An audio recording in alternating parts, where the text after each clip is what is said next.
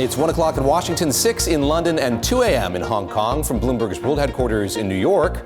I'm David Gura. Welcome to Bloomberg Markets with a focus on politics and policy during President Trump's first 100 days in office. Here are the top stories we're watching at this hour. President Donald Trump addresses a joint session of Congress this evening in a speech the administration says will focus on foreign policy, security, and the president's budget proposal. Todd Harrison will join me from the Center for Strategic and International Studies to dig into defense spending.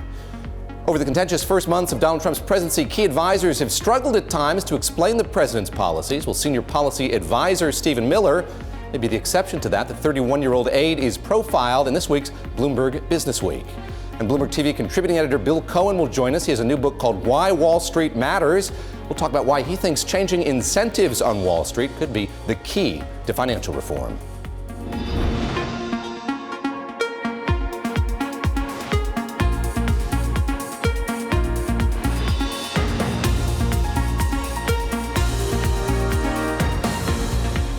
The president's administration is billing it as his biggest speech yet. Donald Trump is scheduled to give an address to a joint session of Congress tonight. He says he'll highlight his plans to increase defense and law enforcement spending, authorize more infrastructure projects, reduce taxes and regulations, and cut some government programs. Let's go to Bloomberg's White House reporter Shannon Pettypiece, who's outside the White House now. There is so much expectation from Wall Street, from investors, that they will get details in tonight's speech. What are members of the president's staff saying about how detailed an address we're going to get tonight? I don't think it's going to be as detailed as people hope. There's so many questions, so much uncertainty right now, and there's still a lot of things that need to be worked out before we can get the certainty that Wall Street's hoping for. On the budget, they outlined yesterday the so-called skinny budget, but it was only very on a high level, looking at defense and non-discretionary programs and foreign aid. We still don't know the tax plan, where the president's going to, land on issues like a border adjustment tax. On health care, there's supposed to be a plan. We might get some more details than we have before on health care there. But again, to the level of granularity that I think Wall Street's hoping for and members of Congress are hoping for, I'd minimize expectations at this point. Shannon, you've seen the president when he was a candidate on the campaign trail. You've seen him speak in the East Room with foreign leaders. You've seen him speak alone at a news conference there. How about this forum tonight? Any sense of how he is going to be, how he's going to speak, how he's going to act in this joint session in the House chamber? Unlike sort of the traditional campaign rally, he is expected, this is a speech that has been being written for days. It will be read off teleprompter. Whether he'll veer from that at all is something to watch for, which, he does kind of insert asides here and there, even when he does have a written prepared speech. So we could see some of that. The reaction from the room, though, he's used to speaking in front of a very friendly, favorable crowd with Democrats there, planning any protests, any boos. It would be interesting to see how he reacts to that. So those are all things I could watch for, and there definitely could be some colorful moments that come out of this, so it could be worth tuning in for. I expect that some of this is going to center on the president's budget proposal. We've heard a bit about that from administration officials. Anything new that we've learned today about when we're going to see a fuller budget, or anything fleshing out those sort of broader themes of having a public safety, public security budget? We'll get a little bit more details on that tonight. But as far as the real nuance, by March there should be some more details, but probably May timeline before that big, thick stack of papers and all the departments and line items are in there. That we're probably not going to really see until May. And then, of course, a reminder that the president's budget is just sort of an opening bid, and Congress then has to work this all out and will ultimately determine how the federal government's money is spent. So I know we've been making a lot of this initial budget look that we got yesterday, but we still have a long way to go before we know what the budget's going to be. All right, Shannon Pettypiece, thank you very much. Shannon Pettypiece covers the White House for us here at Bloomberg News. And a reminder, you can watch President Trump's speech live in full on Bloomberg Television. Our special coverage begins at 9 p.m. New York time tonight. Well, let's stick with that White House budget proposal. The administration wants to increase defense spending. The president plans to ask for an additional $54 billion for tanks, ships, and weapon systems. He says that money will come from cutting spending on foreign aid, diplomacy, and the Environmental Protection Agency, among other things. Here with some analysis is Todd Harrison, who knows the defense budget inside out. He heads up defense budget analysis at the Center for Strategic and International Studies in Washington, joins us from our bureau there. Help us understand the headline numbers here. This $54 billion number, how much of an increase would that be if, in fact, this were to be approved by Congress to get through Congress? Yeah, so that would be about a 10% increase above the current budget caps that are in effect for 2018. So it's a sizable increase in the defense budget, but there are, several notes of caution that go along with that. First of all, the same budget proposal calls for an equal amount of cuts in the non-defense side of the budget. That's likely to be a poison pill on Congress. It's not likely to make it through the Senate, may not even make it through the House. And the other unknown factor here is we don't know what the war-related budget is going to be. And so that could be a sizable amount as well. And some of the money from the base budget has migrated into that war budget in previous years. If they try to move some of that back in, that could actually eat up part of the increase that's been announced. I'm glad you bring that up. Help us understand that here. We've heard of the Overseas Contingency Operations, the OCO funding here. This is something that was used throughout the Bush and Obama administrations. What is it exactly, and how much flexibility does that afford the president when it comes to allocating money to the Defense Department? Yeah, so the Overseas Contingency Operations part of the budget is supposed to be used for the costs of operations in Iraq and Afghanistan and elsewhere that can't be anticipated as part of the regular budget process. And so that funding is not subject to the budget caps under the Budget Control Act. And what that means is it's actually become a loophole, a way for Congress and the administration to get around the budget caps. And so right now, about half of the OCO funding, about $30 billion out of $60 billion, is actually being used to fund things that used to be in the base defense budget. Now, that's interesting because Mick Mulvaney, the new director of OMB in the Trump administration, was a staunch opponent of this use of OCO funding to get around the budget caps when he was in Congress. So it's going to be interesting to see. Do they continue using this OCO loophole to the same extent as they have in the past? Or do they try to move some of that $30 billion base budget funding back into the base budget? Todd, help us understand what hawks on the Hill have been calling for here. You had John McCain, the chair of the Senate Armed Services Committee, saying there's not a snowball's chance in Gila Bend, Arizona, that this thing is going to get through Congress. Getting back to what you said here about the probability this is going to get through. Does the size of this expenditure match what they would like to see? Is it bigger than what they were hoping for?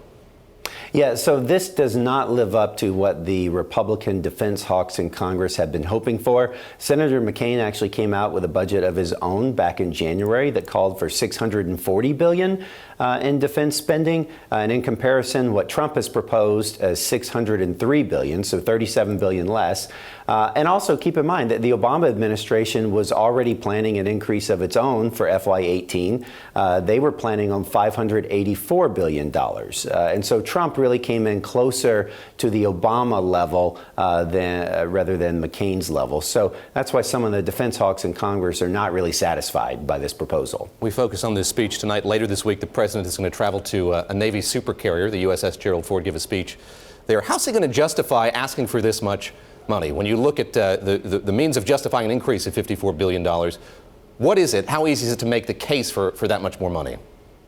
Well, normally, you would want your defense budget to be driven by your defense strategy and what the threats are that you're facing around the world. And so, if we want to continue on, what has largely been our defense strategy since the end of the Cold War, is that we want to be the predominant military power in the world. It's a strategy of global primacy, some people call it, where we want to be forward deployed in all the major regions of the world, be the guarantor of security in Europe, the Middle East, and the Asia Pacific region.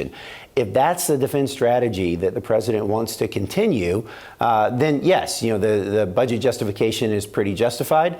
You may even need more money than he's requesting, more like what John McCain has proposed. Now, on the other hand, if you want to pursue a more isolationist foreign policy, if you want to say, as Trump has on occasion, say that our allies need to do more to defend themselves. We don't want to be defending the borders of other countries. If you want to focus more on homeland defense, then actually you probably could make do with a much smaller military and a smaller military budget than what he's proposed here. So I think one of the things Trump has to do is kind of square the circle here and link us between what he said about foreign policy and defense strategy and America's role in the world with what he's calling for in the defense budget, because right now there's a big disconnect. Todd, always great to speak with you. Thank you very much. That's Todd Harrison. He's the Director of Defense Budget Analysis at CSIS in Washington.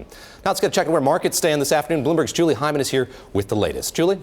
Thanks, David. If you take a look at stocks today, we continue to see a little bit of a pullback that's actually steepening to some extent, particularly with the NASDAQ, which is down 0.6%. The Dow, of course, coming off of that 12-session winning streak and a record close yesterday as investors await President Trump's comments tonight. However, if you look beneath the surface, we are still seeing a lot of investors bracing for an increase in volatility of some kind, or at least hedging against it. Take a look at the Bloomberg G #BTV 6344. And this shows the VIX open interest, the blue bars here, as well as the total put and call open interest on the VIX. So we are seeing both of them climb. So in other words, an increase in this hedging activity, an increase in the anticipation that volatility is going to increase whatever the triggering event would be. And also, speaking of triggering events, a lot obviously in the political realm that's been pushing stocks around and other assets over the past couple of months. Today, the latest has to do with corn and specifically with ethanol. Carl Icahn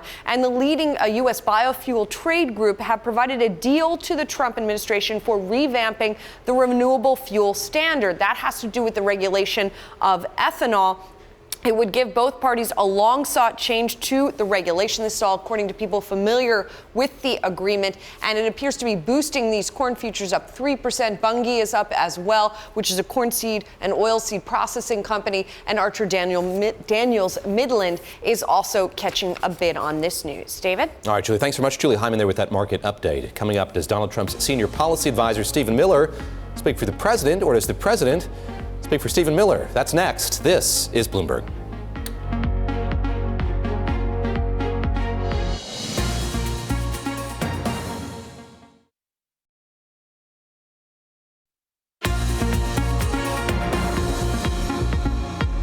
I'm David Gura. This is Bloomberg Markets, Trump's first 100 days with a focus on politics and policy under the new administration. David Gura here. It seems House Speaker Paul Ryan has made an unlikely ally in his effort to salvage his tax reform proposal. That's one Steve Bannon. According to Bloomberg's reporting, Speaker Ryan found that Bannon is perhaps the most enthusiastic backer of the border adjustment plan, a plan which is facing strong opposition from the energy and retail industries, as well as in the U.S. Senate. Bloomberg's Anna Edgerton joins us now from Capitol Hill. She wrote the piece on the Bloomberg right now.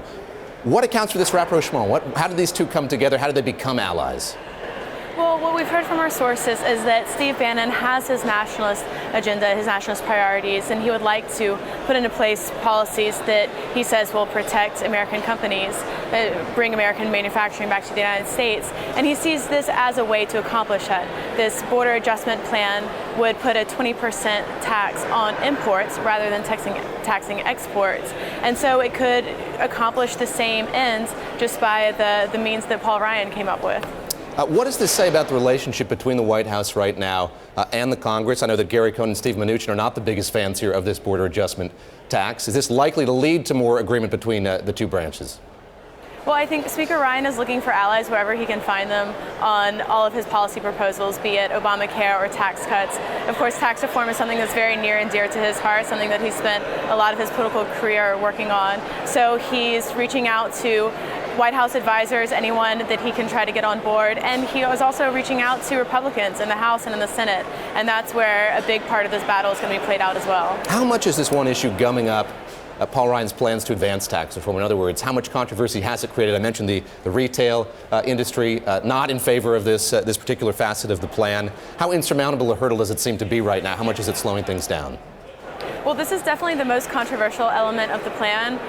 A lot of people would like to just see tax cuts if they could do that, but the problem is it would cost a lot. It would be very expensive, so they have to have something to offset that, and they have come up with this border adjustment plan that seems to be the way to make the least amount of enemies and still get this tax reform plan through. And a couple of weeks ago, the chairman of the House Ways and Means Committee was on Bloomberg saying that there was a strong likelihood that the president was going to get tax reform on his desk within the first 100 days. Are we seeing new realism creep through the Capitol now? Is it likely that that's going to happen here in the first 100 days? Probably not the first 100 days. They've been saying they hope to get it done by the August recess. I think their kind of hard deadline that they've set for themselves is by the end of the year.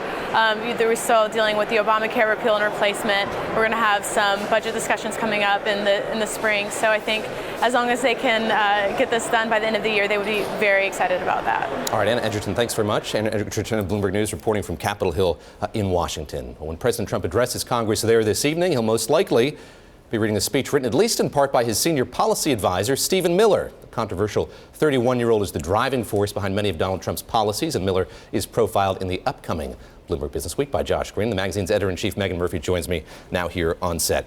How do these two orbits collide or interact? Stephen Miller's and Donald Trump's, how did they find each other in the political space? Well, they definitely found each other. Stephen Miller is an ambitious guy, went straight to Washington out of college and worked for a few firebrands and found his way to Jeff Sessions, who's now the Attorney General, joined the campaign right before Iowa, has been along as a senior policy advisor, as a speechwriter, a jack of all trades.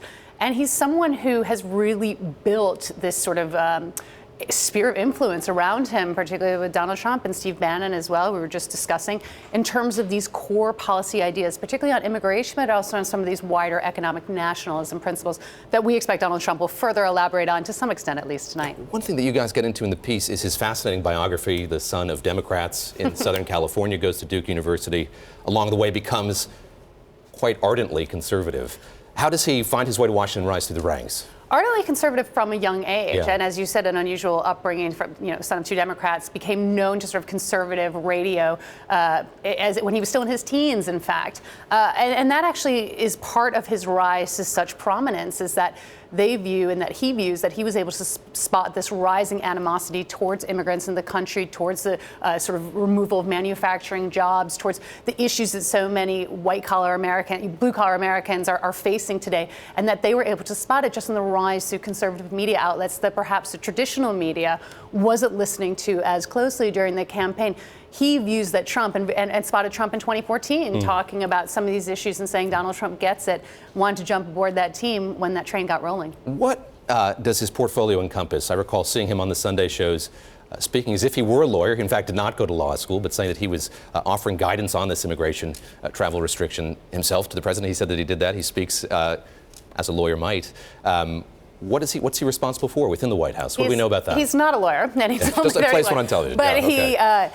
One thing that's so fascinating is he's always been quite open and vehemently open about defending the sort of policies that he feels he's been instrumental in putting forward. With Jeff Sessions, when Sessions was still a senator, really was first and foremost in rallying against the sort of Gang of Eight immigration reform proposal, this bipartisan effort to get through a comprehensive immigration restructuring in this country. Feels that he was key in dismantling that. Now is certainly at the forefront of that policy. So much, in fact, that when Trump's refugee order, banning refugees from 7 Muslim-majority countries, that was actually an intended strategy. It's one thing this piece goes into, to drop it late, to sort of anticipate protest movements. They thought it would actually galvanize Trump supporters. What they didn't realize that, in fact, what it did was lead to this massive backlash, not only against Trump, but against Stephen Miller personally, for the fact that they had sort of failed to explain it to some of the agencies who would, in fact, be interpreting and implementing that order. Josh Green talks to Steve Miller, something that stood out to me. He said, Donald Trump has fundamentally realigned American politics. It's time the media acknowledges this and gives him the credit he deserves. Stephen Miller is a capital B believer in Donald Trump. He is a true believer, a holy warrior, I think, would be described. Look, there's no light or air between them, and I think that what we're seeing in the Trump White House throughout is that the people who really stay in his sunshine, stay in his ray of light, do very well at propping him up. He returns that sunlight back to, after Stephen Miller gave quite controversial Sunday show appearances talking about potential voter fraud in New Hampshire, none of which has ever been shown. He got an attaboy tweet from Donald Trump. Certainly he is revolving around an orbit of one. It seems that the most successful people in that White House right now are mimicking that same trajectory. He gets the attaboy tweet, does well, comports himself well on the Senate. Why isn't he standing at the podium delivering the daily press briefing? Why has he found himself in the job he's in if he does so well expressing I'm sure the there are president's days message? that Sean Spicer wishes Stephen Miller was Sure. standing on that podium, that's for sure. Although Stephen Miller's time in the Saturday Night Live spotlight surely is not far off. But look, I think that he is really likes to be the mouthpiece. Steve Bannon is rarely heard from these days, but is certainly the sort of architect of a lot of the core economic nationalism, the core of the immigration strategy, the core of that Make America Great Again. And so much about that is that Make America First Again. And certainly Stephen Miller is a core part of that and shaping those policies and will continue to be until at least he suffers some sort of fall, the fall that we've seen from other Trump advisors in not too recent history. Megan, thank you very much. Appreciate that. That's Megan Murphy. She's the editor-in-chief of Bloomberg Business Week. And check out Josh Green's story in the latest issue out this week and hear more from the magazine's reporters and editors every Saturday and Sunday on Bloomberg Television and Bloomberg Radio. Still ahead, Starbucks CEO Howard Schultz tells Bloomberg News his company is an open book when it comes to tax transparency. We'll bring you highlights from our interview next. This is Bloomberg.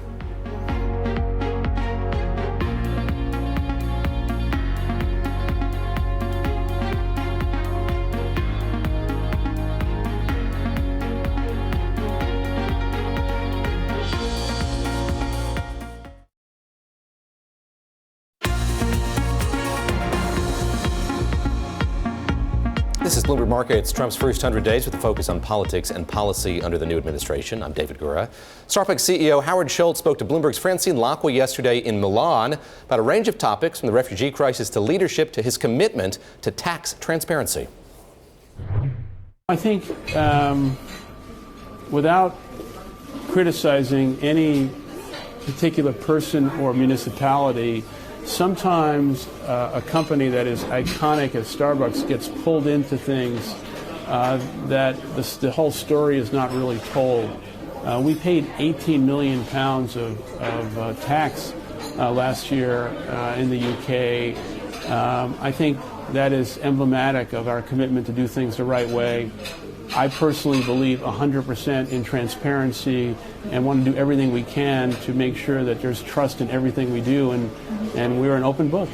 Does it impact your customers, the perception, I'm thinking of taxes or refugees, or do you do it as a CEO no matter what? Well, we want to pay fair and equitable taxes. Let's put that aside 100% of the time, and never do anything else that would even remotely be inconsistent with being ethical and doing the right thing. With regard to the decision about refugees or things of that nature, I think it's important to embrace your core purpose and your reason for being in all aspects of the business. And leadership and being a strong leader can't be when it's convenient. It's easy to be a great leader when you have the wind at your back. It's a little harder when you have the wind at your face. And I think leadership is defined many, many times when you have to make a tough but just decision. That was Howard Schultz, the CEO of Starbucks, speaking to Bloomberg's Francine Lacqua in Milan yesterday. Up next, Bloomberg TV contributing editor Bill Cohan on why he thinks President Trump could be Wall Street's unlikely savior. That's coming up next. This is Bloomberg.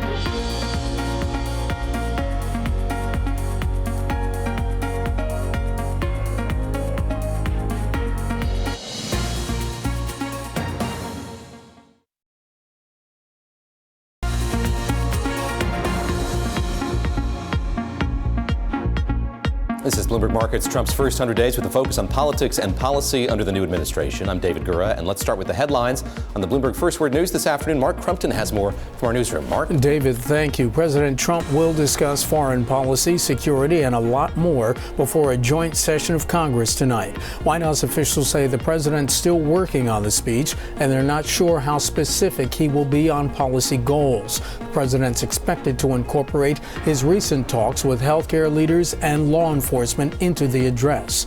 You can watch President Trump's speech live on Bloomberg Television. That's at 9 p.m. New York time, hosted by my friend and colleague David Gura. House Speaker Paul Ryan says he isn't concerned that the president isn't offering more detailed plans about how he'll fulfill his campaign promises. Speaker Ryan appeared on NBC's Today Show this morning.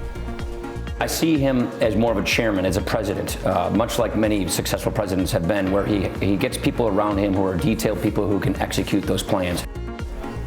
Ryan's also promising a new healthcare system that would replace Obamacare, and he shrugged off comments by his predecessor, Ohio Republican John Boehner, who said last week that Republicans will never agree on such a complicated and divisive issue.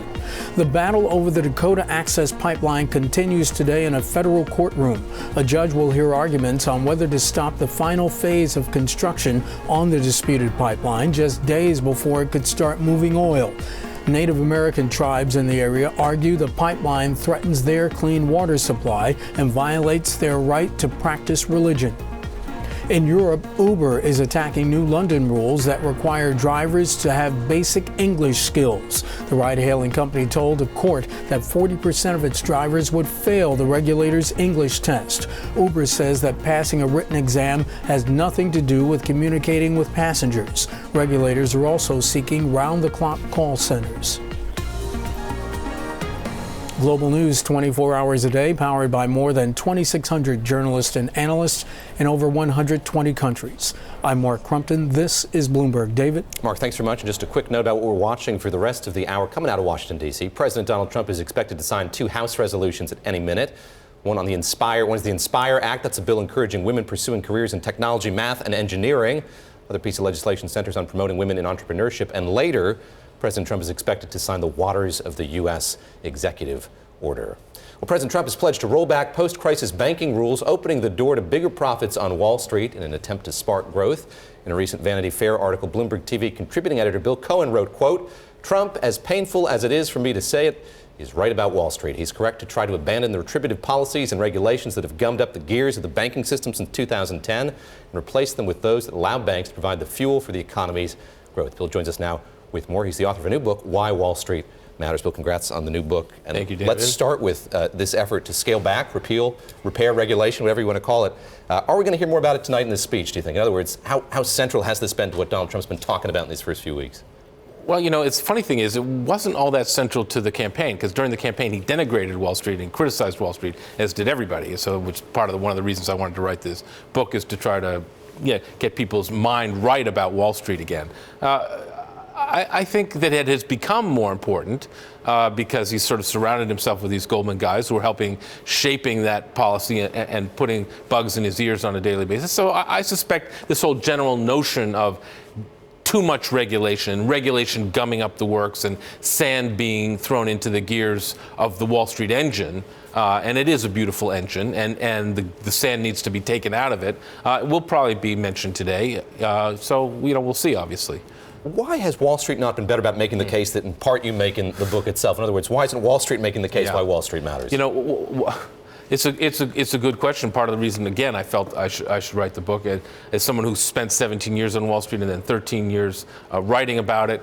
Wall Street has not been very good at explaining itself. Partially, it's because it has its own sort of language and, argot, if you will, and makes it very difficult for people to understand exactly what's going on. There's not really that complicated, especially if you've, worked there and can explain it. So it sort of, I feel sort of like it's fallen to me a little bit to translate what goes on there for the average American. And by the way, it's really important what goes on there. And Wall Street is the left ventricle of capitalism. So you want that machine, that beautiful machine, to be working well. And Wall Street likes to get things all complicated, doesn't need to be very complicated. And I also think there, frankly, hasn't been the kind of leadership on Wall Street that there should have been in the last few years. There are things that are hard to see past. So Steve Schwarzman gets a $425 million payday last year. And we're having this conversation every year. Well, every year, Christ. Yeah. It's down, I think, 40% from the year before.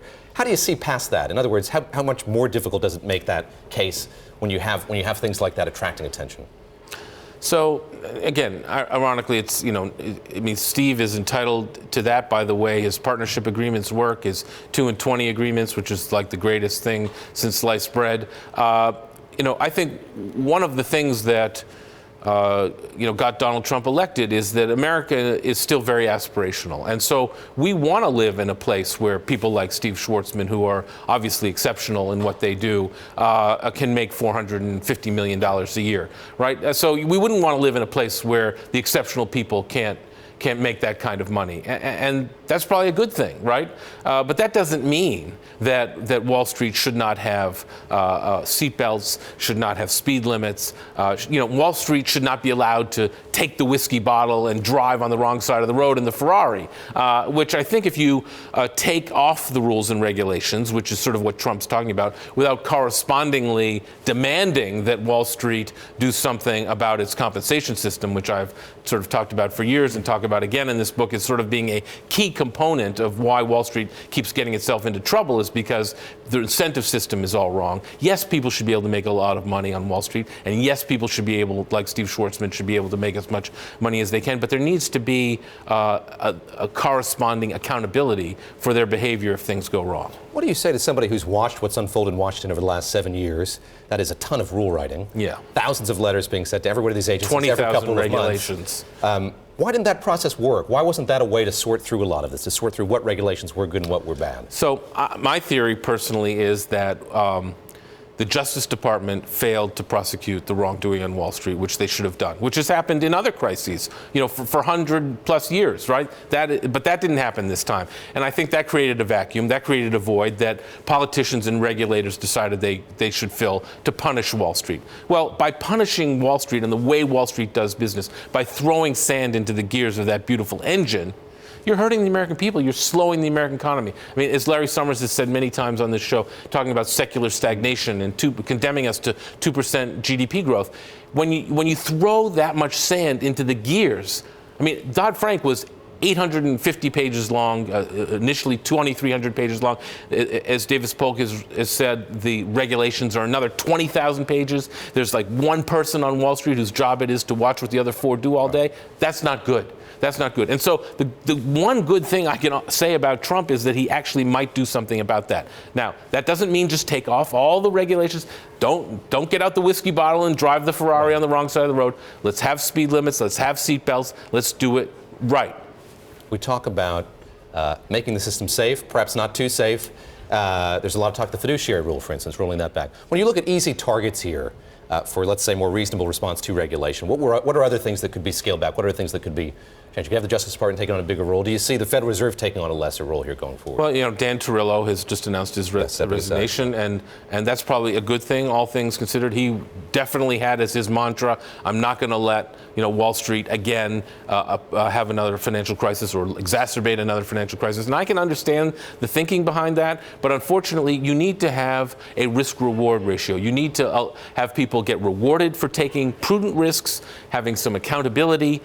There are some things that are about the Dodd-Frank rule and the law and the Federal Reserve rules about capital requirements that are good things. It's good to have derivatives traded on exchanges. I could even get my mind around the Consumer Protection Financial Bureau basically being a good thing as long as the oversight of it is not under the Fed but is under Congress. So there are things that we should keep. This is a moment to take out a scalpel, not a sledgehammer.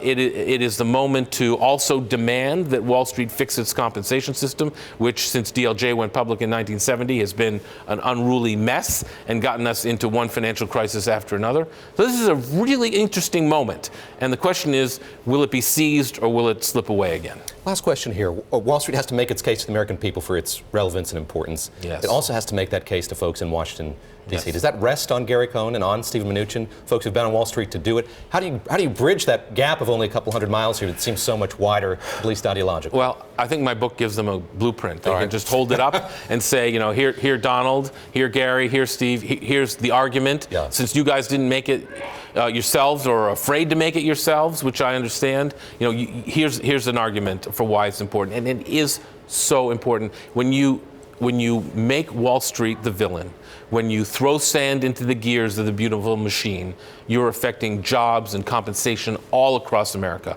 And so, if this in fact is going to be the moment where these regulations are rolled back, which is probably a good thing, let's also have some accountability to go with it. And if you're afraid to make that argument, hand over my book to Donald Trump. Good plug, I like it. Bill Cohan, thank you very much. Bloomberg TV contributing editor, also the author of Why Wall Street Matters. And a reminder, you can catch Donald Trump's speech in full on Bloomberg Television tonight. Our special coverage begins at 9 p.m. New York time. Coming up, we hear from Ohio Senator Rob Portman ahead of that speech. He'll be speaking to Congress tonight. What he'd like to hear from Donald Trump next. This is Bloomberg.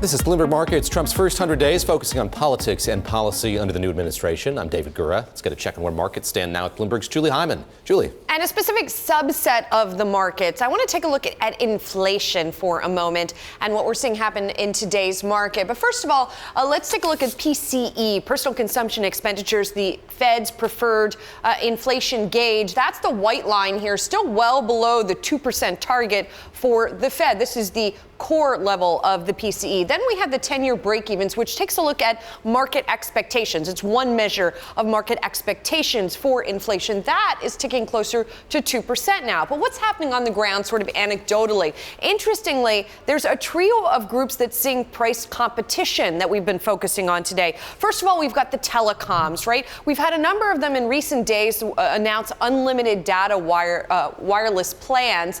We're seeing them down today, not as much as they had been. Frontier in particular is taking a hit today. Verizon's CFO at a conference today saying that they're seeing a decline in user demand and therefore have been introducing more of these unlimited data plans and cutting the prices for them as a way to get more users back in. So some pressure on the telecoms here today. Pressure, of course, within retail after we got those Target numbers that were below estimates, and Target saying it's going to adopt some of Walmart's playbook and cut prices. So Target's down, Walmart is down, Dollar General and many of the other discounters are down as well if we're going to see more price squeezing, more low price competition. And then finally, the brokers, and this has been a recent story as well.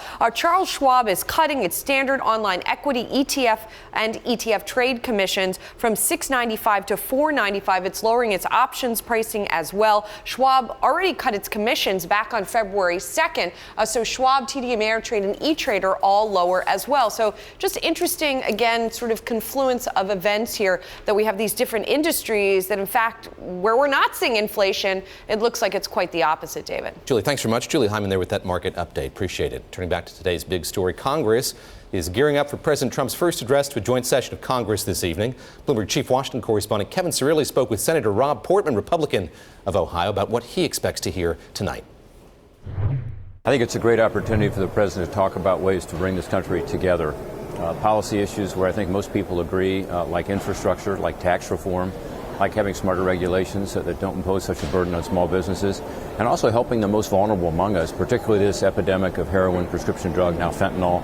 It's affecting my state of Ohio, but it's affecting our entire country. And I hope he'll talk about those policy issues and kind of stay on, why it's important for us to make these reforms to help improve people's lives. And overseas, we've got a real challenge too. I hope he'll talk about why it's important to have a stronger military and why we need to restore America's role in the world for more peace and more stability. Senator, a lot of the aides that I speak with on Capitol Hill are pushing for more specific details from this administration. Let's take tax policy, for example. The border tax has divided the Republican Party. Where do you stand on that issue, and what do you think should come of the border tax? And will we get more details from President Trump tonight?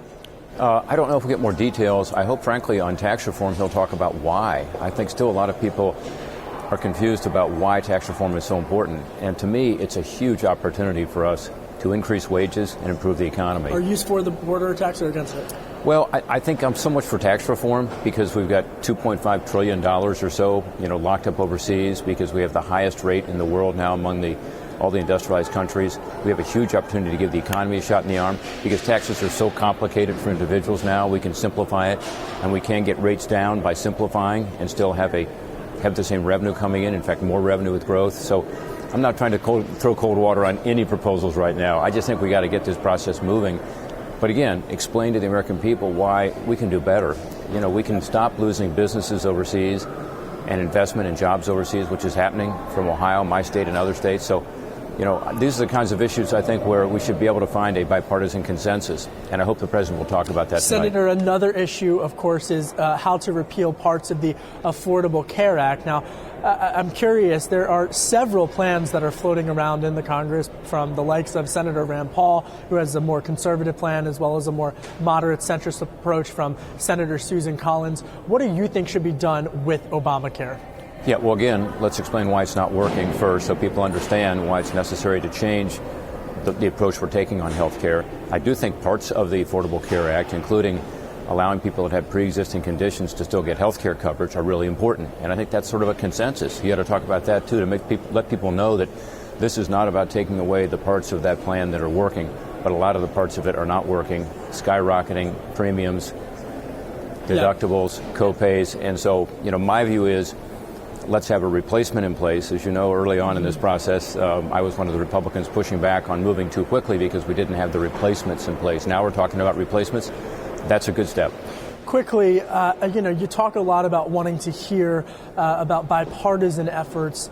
You talked about ways to combat drug trafficking. But what about vocational schools? And vocational education. How important is that? Is that another area? We've heard a little bit about this from Vice President Mike Pence. Is that something that you think we could hear tonight? Absolutely. As you know, I have a passion for this issue. I started a caucus here in the Senate called CTE, Career and Technical Education, focusing on what was once called vocational education. Now it's called CTE.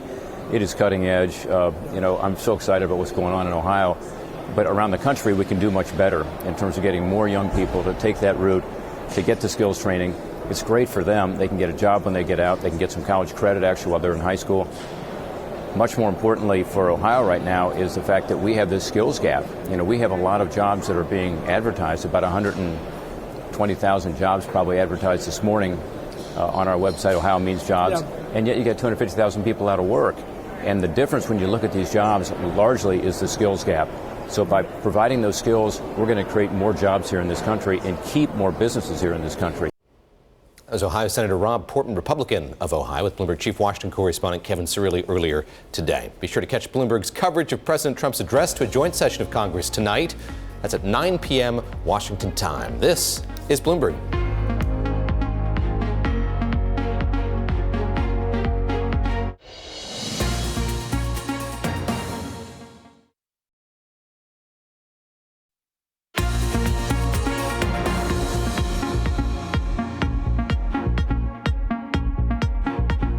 This is Bloomberg Markets, Trump's first 100 days with a focus on politics and policy under the new administration. I'm David Gura as we push ahead to President Trump's highly anticipated speech before a joint session of Congress tonight. Bloomberg's congressional reporter Stephen Dennis is with us now from Capitol Hill with more on what we can expect here. And Stephen, we saw a headline cross just a few moments ago here that Donald Trump in his budget is said to eye a 37% cut to diplomacy and foreign aid.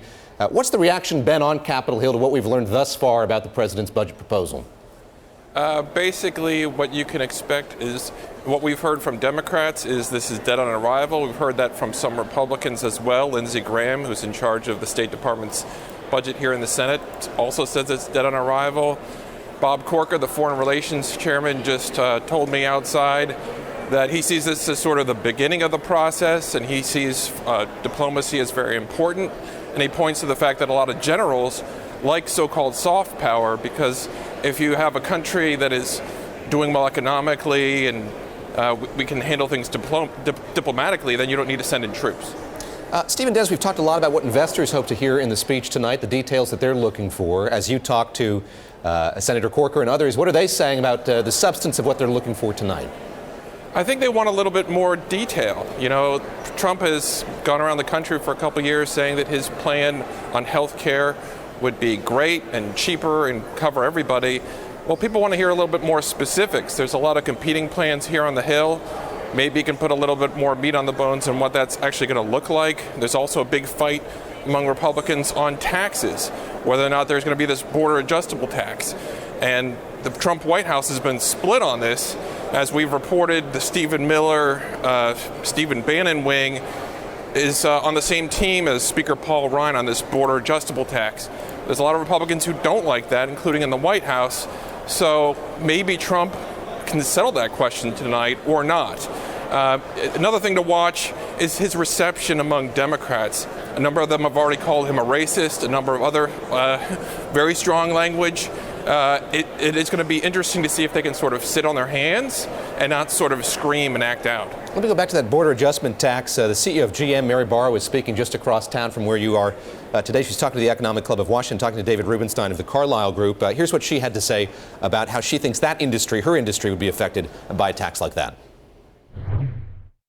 Specifically for our industry, the border adjusted tax, if not done very thoughtfully, could be problematic just because we generally build where we sell. But in this region, there's a pretty integrated supply base between Mexico and Canada and the United States. Stephen Dennis, I was talking with our colleague Anna Edgerton about how this is playing out on the House side. You mentioned the new relationship here between the House Speaker Paul Ryan and Steve Bannon in the White House. What are senators saying? I know you cover the Senate. What are senators saying about this particular facet of that plan?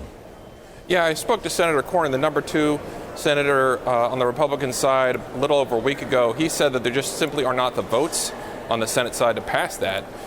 He says they should go with more conventional tax reform where you get rid of loopholes and lower the rates as opposed to a completely new system.